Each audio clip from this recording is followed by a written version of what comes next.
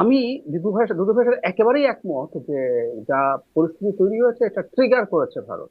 কিন্তু এখানে আমার একটা কিন্তু আছে। আমি প্রতিক্রিয়া কি দেখাবো, কতটুকু দেখাবো, দ্যাট ম্যাটার্স। কোন রকম কোনো সন্দেহ নাই, ভারত বাংলাদেশের ওপরে শেখ হাসিনাকে চাপিয়ে ক্ষমতায় রেখে যা যা করেছেন, ভারতের ইন্টেলিজেন্সিয়া এই কথা বলছে যৌক্তিক কারণেই যে বাংলাদেশে যা যা ঘটে সবকিছুর সাথে শেখ হাসিনা যেমন জড়িত, একই সাথে মানুষজন ভারতকে ট্যাগ করছে, hmm. And which is logical. So ক্ষোভ হতে হতে রাগ, বিরক্তি, বিতৃষ্ণ হতে ঘৃণায় পরিণত হচ্ছে, আমি মানি এটা। 5 আগস্ট পরবর্তী সময় শেখ হাসিনাকে তারা আশ্রয় দিয়েছেন, আমি এটাও ছাড় দিতে প্রস্তুত আছি। তাদের দীর্ঘদিনের লাই ছেড়ে দিলে ভবিষ্যতে আরেকটা হাসিনা পাবে না এখানে বা সাবকন্টিনেন্টে। কিন্তু শেখ হাসিনা যে প্রতিদিন অলমোস্ট কথা বলে, হুমকি দেয় বসে বসে, বাংলাদেশের নির্বাচন ডিস্টার্ব করতে চায়, সমন্বয়ক ডক্টর ইউনূস, তারেক রহমান সবাইকে অ্যাকিউজ করে, সুযোগ করে দেখিয়ে দেবেন, এই যে ক্রমাগত অস্থিরতা তৈরি করে যাচ্ছে আমাদের দেশের বিরুদ্ধে, এটা মানুষকে আরো ক্রমাগত করতে পারে, এতেও সন্দেহ নেই। টেরিtoriয়াল ইন্টিগ্রিটি নিয়ে প্রশ্ন তোলা খুবই খারাপ কথা, মানি। কিন্তু আপনি ভারতের মিডিয়া দেখুন, বাংলাদেশের ফেরির ওখান দিয়ে একটা চিকেন স্টেক আছে, ওইটা আলাদা করে ফেলবো, চট্টগ্রাম পার্বত্য চট্টগ্রাম নিয়ে নেব। বাংলাদেশের মাথায় পঞ্চগড়ের ওই জোন থেকে বিরাট অংশ কেটে নিয়ে চিকেন স্টেকটাকে চওড়া করে ফেলবো। শুধু তাই না, বিজেপির যে আদর্শিক প্রতিষ্ঠান আরএসএস, তারা অখণ্ড ভারতের কথা তাদের অফিসিয়াল কথায় হুম। লিখেছে, তাদের পার্লামেন্টে অখণ্ড ভারতের মানচিত্র আছে।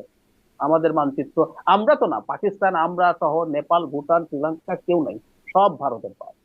তো আমাদের টেরিtoriয়াল ইন্টিগ্রিটি নিয়ে কিন্তু তারা প্রশ্ন করে। এত কিছু বলার পরও আমি বলছি আমরা এটা করতে পারি না, আমাদের এটা করা উচিত হয়, ইটস এ রেড লাইন, একটা রেড লাইন। কারণ আমাদেরকে ওরা কে কি করছে বলার চাইতে ভারত এই জিনিসগুলো ব্যবহার করবে। এবং জনাব হাসরাত আব্দুল্লাহর বলাটার খুব সিগনিফিক্যান্ট কারণ হচ্ছে, উনি সরকারে না থাকলেও উনি এনসিপিতে আছেন, তার থেকে জরুরি কথা, গণ অভ্যুত্থানের সবচেয়ে পরিচিত মুখগুলোর একটা তিনি। এতে যেটা হলো, বাংলাদেশ এই গণ অভ্যুত্থান ঘটিয়েছে মূলত ভারত বিরোধী, মানে ইসলামী উগ্রবাদীরা একটা ন্যারেটিভ তাদের আছে, এবং তারা তাদের ন্যারেটিভ হচ্ছে ভারতকে অপছন্দ করে কারণ ভারত হিন্দু, সংখ্যাধিক্যের দেশ, এসব কারণে। সেই ন্যারেটিভ গুলো ট্রাকশন পাওয়ানো সহজ হবে। আমরা ভারতের সমালোচনা করতে পারি, করতে হবে, করা উচিত হবে। আমি আমি নিজে কট্টর ভারত বিরোধী মানুষ বলে আমি মনে করি না। আমি প্রচুর ভারত মানে ভারতের সরকার এবং পলিসির বিরোধিতা, জনগণের বিরোধিতা না, হুম। হুম। পলিসির বিরোধিতা। কিন্তু এই পর্যায়ে যাওয়া উচিত বলে আমি কোনোভাবেই মনে করি না। টেরিtoriয়াল ইন্টিগ্রিটি নিয়ে প্রশ্ন এখানে না, মানে এটা রাস্তায় রাজপথের ইয়েতেও হবে না। বরং ভারতের কাছে দাবি জানানো, আমি একটা বিএনপির কর্মসূচির কথা বলতে চাই, যে তিস্তা নিয়ে তারা বিশাল মশাল দিয়ে রাতের বেলা সমাবেশ করেছেন জনাব দুলু তার এলাকাতে, হাজার হাজার মানুষ। তো আমাদের এই দাবিগুলো এইভাবে ক্রমাগত জানিয়ে যেতে হবে, কোনো জিঙ্গোইজম না। হুম। জিঙ্গোইজম হয়তো মানুষের মধ্যে তো ক্ষোভ আছে, ঘৃণা আছে, মানুষ পছন্দ করে, কিন্তু এটাকে আমি সমর্থন করি না। তো জি। ঘৃণার আগের কারণ ভ্যালিড, কিন্তু প্রতিক্রিয়ার একটা সীমা থাকা উচিত বলে মনে করি। আর আপনি বলছেন রেড সাম্প্রতিকতার লাইন, হ্যাঁ। ক্ষেত্রে আমি মনে করি যে বাংলাদেশে এই ধরনের প্রবণতা আসলে আগেও ছিল। হুম। হুম। কিন্তু আগে, ইভেন শেখ হাসিনার সময়ের কথাও বলবো, যে এই সো কল্ড তৌহিদি জনতা, আমি একদিন বলছিলাম ওখানে একটা হ্যাডাম কোথায় ছিল এতদিন, আপনারা শেখ হাসিনার সময় এগুলো করেন নাই কেন?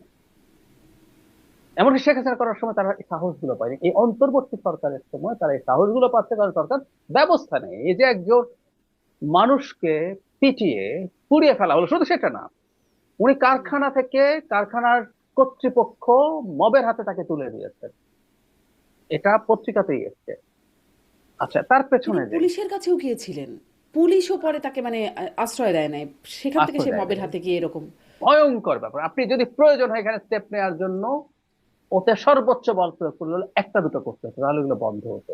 মনে নেই আমাদের, উনি আবার হিন্দু ছিলেন না, মুসলিম ছিলেন, ওনার স্বাভাবিক মৃত্যু হয়েছিল, কিন্তু ধর্ম নিয়ে তার নিজস্ব একটা ইন্টারপ্রিটেশন ছিল। তারপর তার কবর থেকে ডেড বডি তুলে সেই ডেড বডিকে পুড়িয়ে দেয়। পেটানো হয়েছে, আগুন জ্বালিয়ে দেওয়া হয়েছে। আমি এখন যেটা দেখছি, এটা আসলে ঠিক যে সাম্প্রদায়িকতার অনেক বেশি উত্থান হয়ে গেছে তা না, বরং আইন শৃঙ্খলার সমস্যার কারণে এটা অনেক বেশি ঘটছে।